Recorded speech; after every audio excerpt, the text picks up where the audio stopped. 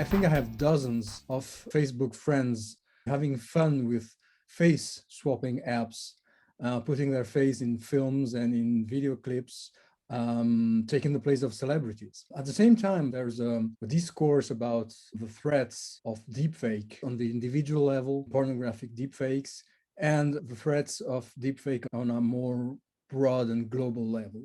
But these three things are talked about like seemingly unrelated phenomena. Yeah. What's your take on that? I think it's a really good question, and it's something that I've noticed, that we've noticed since we did our main work on deepfakes at the International Risk Governance Centre. And there was a spike in interest in the last few months. And I think part of it is that phenomenon that you've mentioned, that there are more of these very user-friendly tools for doing deepfakes that are entertainment. On the one hand, I think it makes sense to consider that sort of usage as separate from malicious uses in terms of the kind of image-based abuse and harassment and the non-consensual pornography. I think it would be too broad brush just to lump them all together and say the more innocuous uses are just as bad, or it's a slippery slope. If we do one, we'll inevitably do the other. Although I think it is potentially true when you think about the societal implications, that there's a danger that what seems like very innocuous, harmless instances, like just people having fun, may over time lead to some of the societal patterns, particularly in relation to eroding trust and truth. I think there is a need to be a bit more vigilant for sort of very slow changes over time. If it goes from a handful of people playing with these tools to suddenly it's all over social media, to the point that it is starting to raise questions about, well, is this real or is this fake? Then I guess you do potentially get into the sort of the unforeseen, unintended consequences. On what level are these three phenomena connected? Are the technologies the same? Are the actors behind the technologies the same? Are there connections between the actors doing fun deepfakes and threatening deepfakes? I understand it's correct to consider that as separate phenomena, but on what level are there connections between? A few weeks ago, there were a series of Tom Cruise deepfakes that went viral. Quality is remarkable, but that took a lot of skill, time, computing resources. So on the one hand, it's the same basic technological approach, but it's a big spectrum. And I think in terms of the actors involved, I don't think it makes sense to think of it as the same group of actors. If there's a bunch of people on Facebook or Twitter just swapping movie clips where they've swapped their face onto Arnold Schwarzenegger or whoever it may be, I don't really know. That's a fundamentally different intent, and most likely a different and wider group of people than people who would be using similar face swap technology to produce non-consensual pornographic videos, whether for profit or for abuse and harassment. There's a kind of narrative, maybe like a cautionary one or like a paranoid one, and I don't really know on which side it is. If we think about another thing that went viral and that was apparently just fun on Facebook, was psychological tests in which you have to state your preferences. And well, at one point, the connection was discovered between that kind of tests and the way Cambridge Analytica targeted individuals to steer them into a particular political direction. So is it imaginable that something similar is happening now with these fun deepfake face swapping apps, or do you think it's not the case? I think a lot of the processes have been tightened up precisely because of Cambridge Analytica. But I think in general, it's a good rule of thumb to assume that if you're sharing more or less anything online, it will probably be used one way or another. Examples would be the CAPTCHA tests that are used to sort of prove you're not a robot. It does that, but it's fairly clearly also being used to help train image recognition algorithms. So I think it's not just these face swap apps. There is a need for people to be careful about sharing anything, because there's a good chance that the data, the images, whether anonymized or not, sort of run through various other processes. But I think that question also highlights something important. You've drawn an analogy between the psychological tests and deepfakes. And I think it's important to place deepfakes in the wider context. I think sometimes there's a temptation, because deepfakes are new-ish and sort of interesting and engaging, that we say, okay, deepfake risks, it's deepfakes. but in some respects, deepfakes are just one part of a wider patterns of huge changes in the information ecosystem. So again, if we take the example of non-consensual pornography for the woman, and it's pretty much always women, does it make a huge difference if this work is done using machine learning? So it would be a deep fake, or using more traditional technologies? Arguably not in each individual case. Arguably yes, if you sort of take a step back and look at the impact at the aggregate level, and the fact that deep fakes, both in terms of the quality that they can deliver and the fact that it is such an easily reproducible process, that it allows it happen on a much wider, broader scale.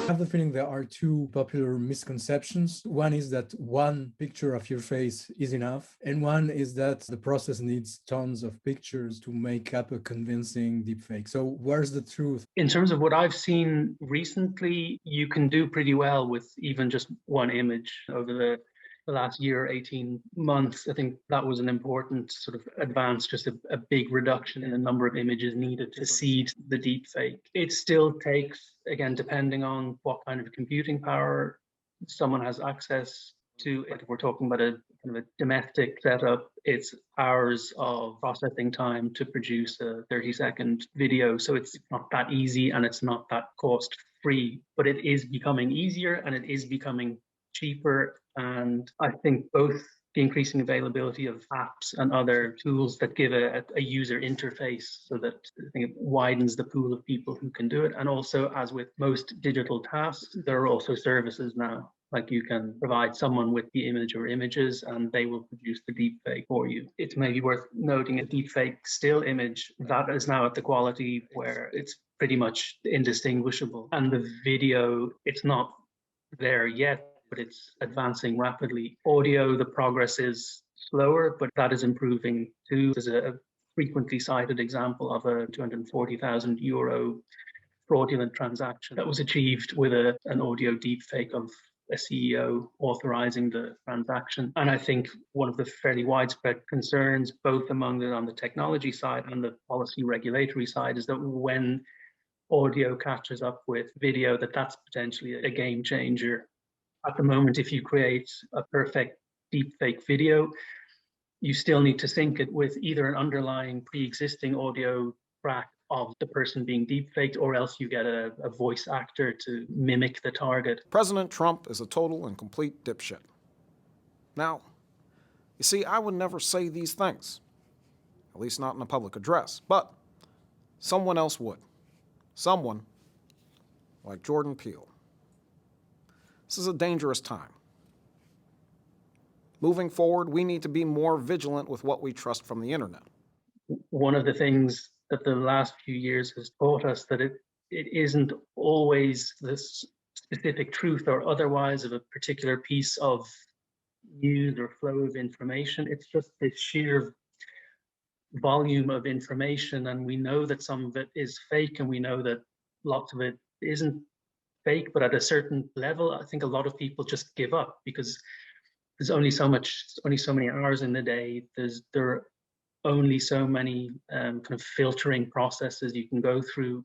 A lot of the studies of disinformation say that that is part of the strategy or the intent. It isn't necessarily for a specific piece of disinformation to succeed. It's just to create confusion and uncertainty and a degree of apathy or even nihilism about the possibility of distinguishing fake from authentic. The liar's dividend.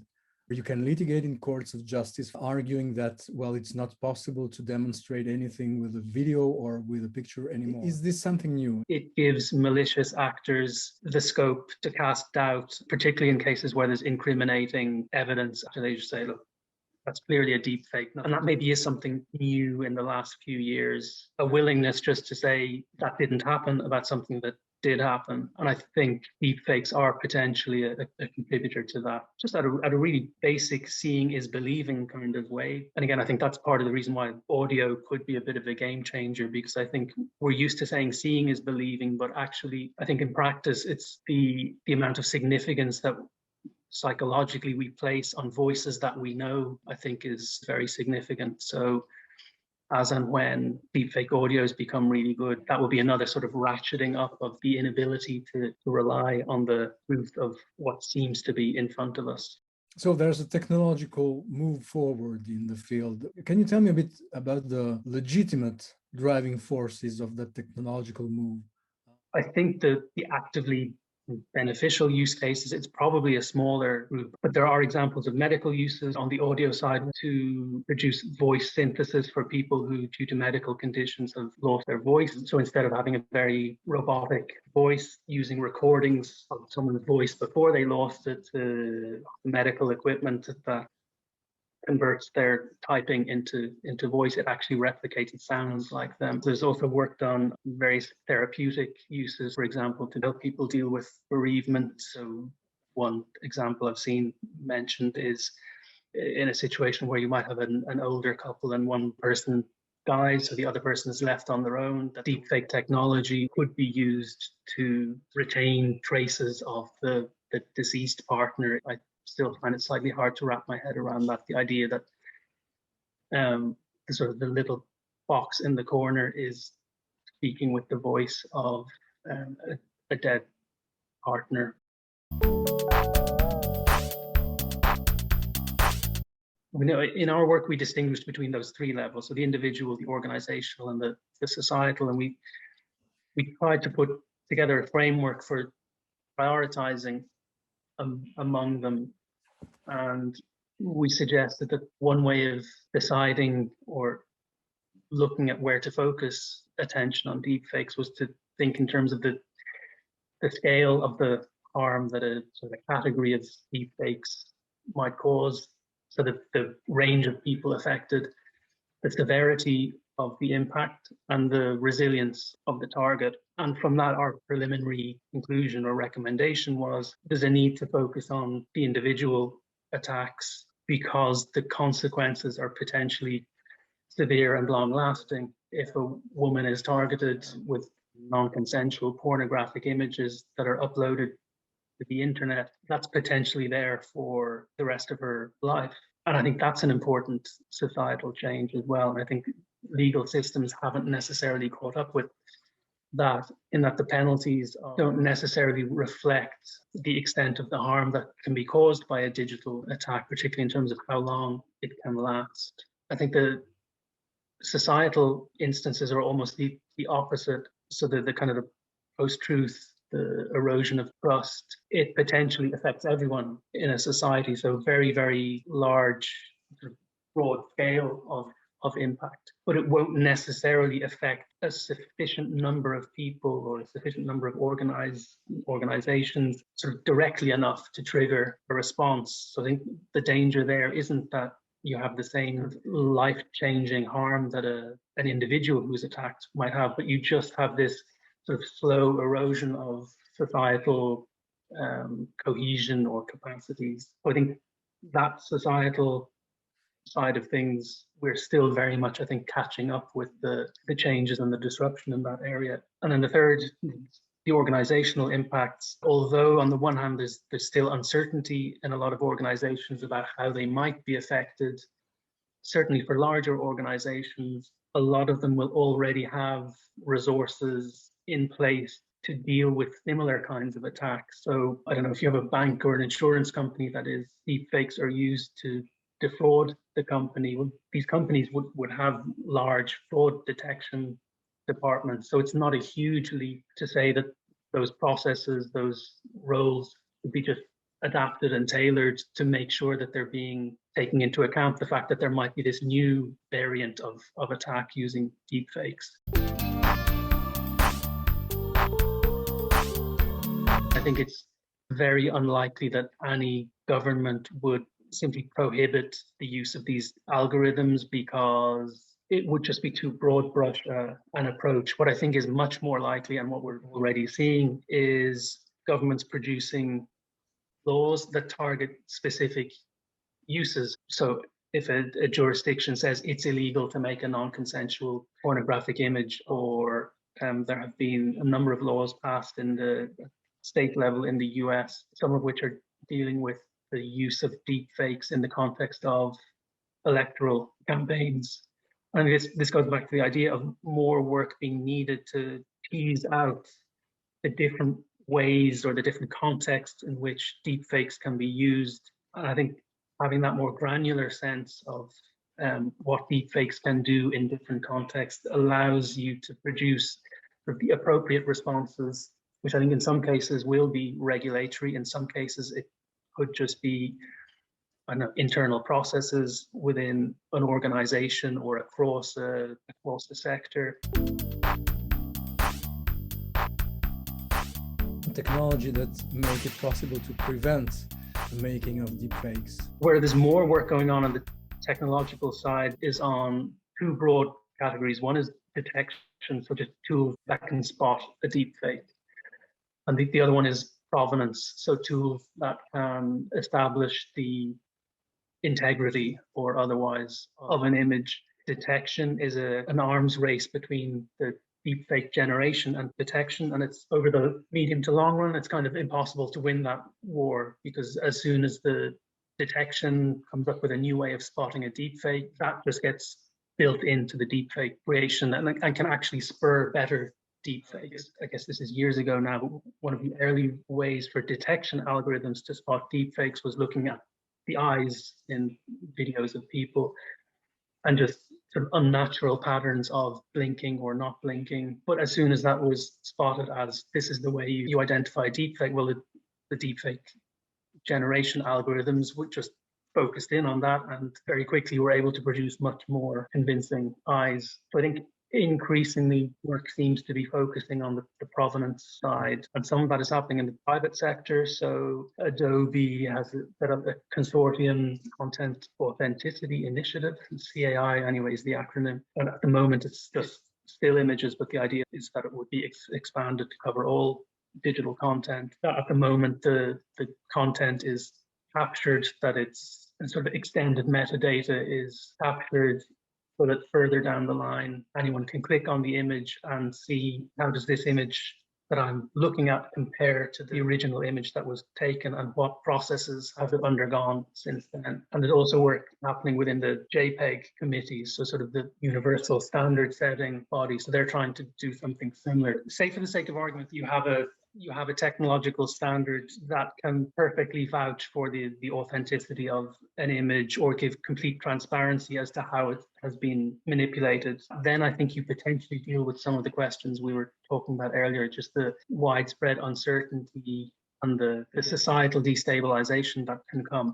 The idea there is to focus in on the trust issue so that you would have sort of a baseline or a benchmark that all good faith actors would be working within, so that there is this trustworthy sense that you know what has happened to this image, so that if anyone was operating outside that parameter, I guess there would be at least the suspicion that there was some bad faith involved. Is there something to add that I haven't asked and that you feel it's important to add? On the one hand, we've been talking about an individual woman being abused using a deepfake, and on the other hand, we've been talking about whole democratic decision-making processes possibly being weakened through the influence of deepfakes and other similar processes. It would be very strange to think that the same response will solve those two different cases. The most micro of levels, so where we're literally talking about one person setting out to harm another person, and on the other hand, we're talking about much more general patterns of societal change and instability. That, to me, is part of the reason why in the last 2 or 3 years, I think deepfakes have captured and kind of held the societal imagination in a way.